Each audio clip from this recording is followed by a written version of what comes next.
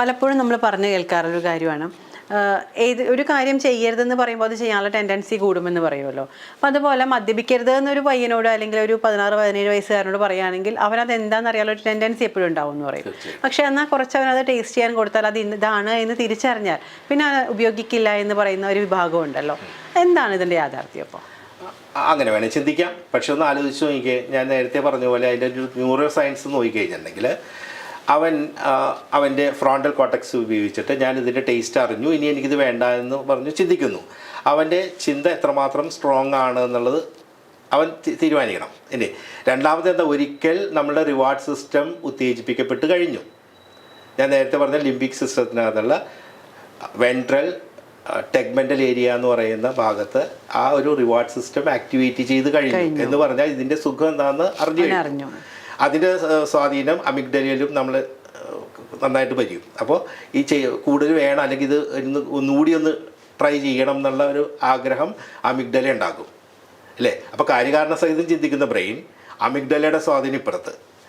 ഇതിൽ ആരുടെ സ്വാധീനമാണ് ഏറ്റവും ശക്തം എന്നുള്ളതിനെ ആശ്രയിച്ചിരിക്കും.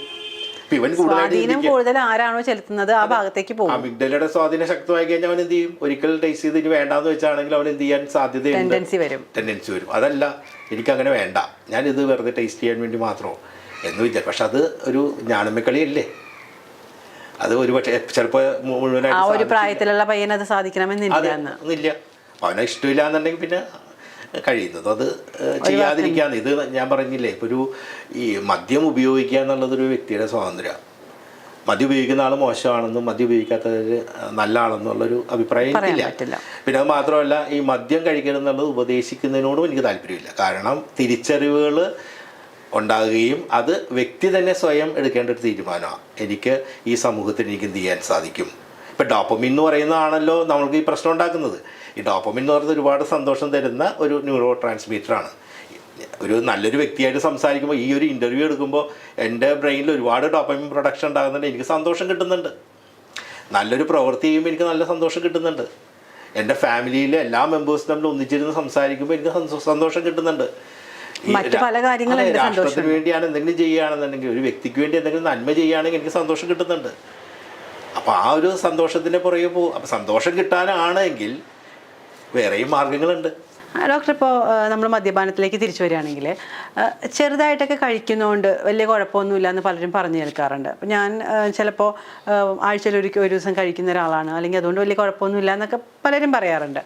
അത് വലിയ പ്രശ്നമാണോ എന്ന് ചോദിച്ചാൽ അതെല്ലാം വ്യക്തികൾ തീരുമാനിക്കേണ്ടതാണ്. ഞാൻ പറയാവുന്ന കാര്യം ഇതാണ്, നമുക്ക് മൂന്നായിട്ട് നമുക്ക് ഇതിനെ തിരിക്കാൻ പറ്റും. സോഷ്യൽ ഡ്രിങ്കിങ് എന്ന് പറയാം, ബിഞ്ച് ഡ്രിങ്കിങ് എന്ന് പറയാം, ക്രോണിക് ഡ്രിങ്കിങ് എന്ന് പറയാം. സോഷ്യൽ ഡ്രിങ്കിങ് എന്ന് പറയുന്നത് സുഹൃത്തുക്കളുമായിട്ട് ഒരു ഗ്യാതറിങ്ങിൽ ചേർന്നിട്ട് അവരെന്ത് ചെയ്യും, ഒന്നിച്ച് ചേർന്നൊരു സുഖത്തിന് അല്ലെങ്കിൽ ഒരു സന്തോഷത്തിന് വേണ്ടി കഴിക്കുന്നു എന്നുള്ളതാണ് സോഷ്യൽ ഡ്രിങ്കിങ്. രണ്ടാമത്തെ വിഭാഗത്തിൽ വരുന്ന ബിഞ്ച് ഡ്രിങ്കിങ് ആണ് ഏറ്റവും കൂടുതൽ അപകടകരം. എന്ന് വെച്ചാൽ ഈ ബിഞ്ച് ഡ്രിങ്കിങ്ങുള്ള ആൾക്കാർ മദ്യം കഴിക്കുന്ന സമയത്ത് നന്നായി കഴിക്കുകയും അത് കുറേ ദിവസം ഇങ്ങനെ നീണ്ടു നിൽക്കുകയും പിന്നെ സഡനായിട്ട് ഒരു സുപ്രഭാതത്തിൽ പുള്ളി സ്റ്റോപ്പ് ചെയ്തിട്ട് ചിലപ്പോൾ ഒരു 5-6 മാസം അല്ലെങ്കിൽ 8 മാസം അല്ലെങ്കിൽ 1 വർഷത്തേക്ക് പിന്നെ മദ്യം കഴിക്കില്ല. അപ്പോൾ ഈ വ്യക്തി പിന്നെ എന്ത് ചെയ്യും, വീണ്ടും ഈ 1 വർഷം കഴിയുമ്പോൾ ചിലപ്പോൾ ഒരു സുപ്രഭാതത്തിൽ കഴിച്ചു തുടങ്ങാനായിട്ട്. അതിനെ ബിഞ്ച് ഡ്രിങ്കിങ് എന്ന് പറയുന്നത്. ഇത് കൂടുതൽ അപകടകാരിയാണ്.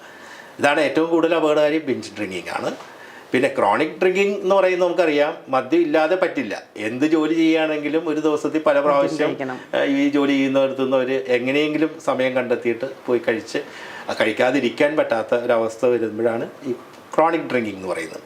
അപ്പോൾ നമ്മൾ വിചാരിക്കും ഈ ആദ്യം പറയുന്ന സോഷ്യൽ ഡ്രിങ്കിങ് എന്ന് പറയുന്നത് അപകടമല്ലല്ലോ എന്ന് പറഞ്ഞാൽ, ഈ സോഷ്യൽ ഡ്രിങ്കിങ് അതിന് സാധ്യത വളരെ കൂടുതലുള്ളത് ഈ പറയുന്ന ബിഞ്ച് ഡ്രിങ്കിങ്ങിലേക്കും പിന്നീട് ക്രോണിക് ഡ്രിങ്കിങ്ങിലേക്കും വരാനുള്ള സാധ്യത വളരെ കൂടുതലാണ്.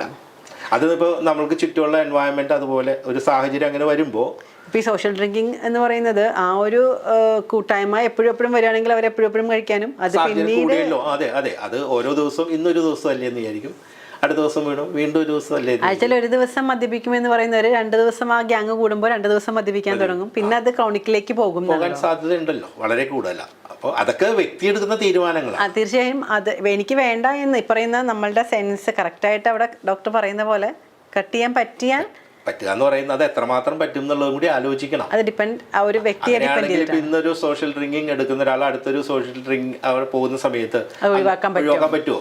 പലപ്പോഴും പറ്റില്ല എന്നുള്ളതാണ് വാസ്തവം. കാരണം അങ്ങനെ പറ്റുന്ന ഒരാൾക്ക് കൺട്രോൾ ചെയ്യാൻ പറ്റുന്ന ഡോക്ടർ അങ്ങനെ പറയുന്നത്. പറ്റുന്ന ഒരാൾ ചിലപ്പോൾ ആദ്യത്തതും വേണമെങ്കിൽ ഒഴിവാക്കാൻ മയക്ക്. കാരണം സോഷ്യൽ ഡ്രിങ്കിങ് അങ്ങനെയാണല്ലോ പലപ്പോഴും സംഭവിക്കുക. മറ്റുള്ളവർക്ക് എൻ്റെ ഒരു ഗ്യാതറിങ്ങിൽ ആ ഒരു സുഹൃത്ത് വലയത്തിനകത്ത് നിൽക്കുമ്പോഴേക്കും അത് ഞാനത് വേണം, എന്നാലേ അതൊരു സുഖമുള്ളെന്ന് വിചാരിക്കുന്നത്, അല്ലെങ്കിൽ മറ്റുള്ളവർക്ക് എന്ത് തോന്നും എന്നുള്ളൊരു തോന്നൽ, അങ്ങനെ അത് കട്ട് ചെയ്യാൻ പറ്റുന്ന ഒരാൾക്ക് നല്ലത് തന്നെയാണ്. ഇത്തരം തിരിച്ചറിവുകൾ തീർച്ചയായിട്ടും സ്വയം ആലോചിക്കുക. ഞാൻ ഈ മദ്യം കഴിക്കണോണ്ട് ഈ പറയുന്ന എൻ്റെ ഫാമിലിക്കോ അല്ലെങ്കിൽ സമൂഹത്തിനോ അല്ലെങ്കിൽ മറ്റാർക്കെങ്കിലും അത് ബുദ്ധിമുട്ടുണ്ടാവും, എനിക്ക് തന്നെയും. ഇവരുടെ ശരീരത്തിനെ ബാധിക്കുമല്ലോ, മനസ്സിനെ ബാധിക്കും, ശരീരത്തിനെ ബാധിക്കും. അപ്പോൾ അത് വേണോ വേണ്ടത് ഉചിതമായിട്ടുള്ള തീരുമാനം എടുക്കേണ്ടത് ആ വ്യക്തി തന്നെയാണ്.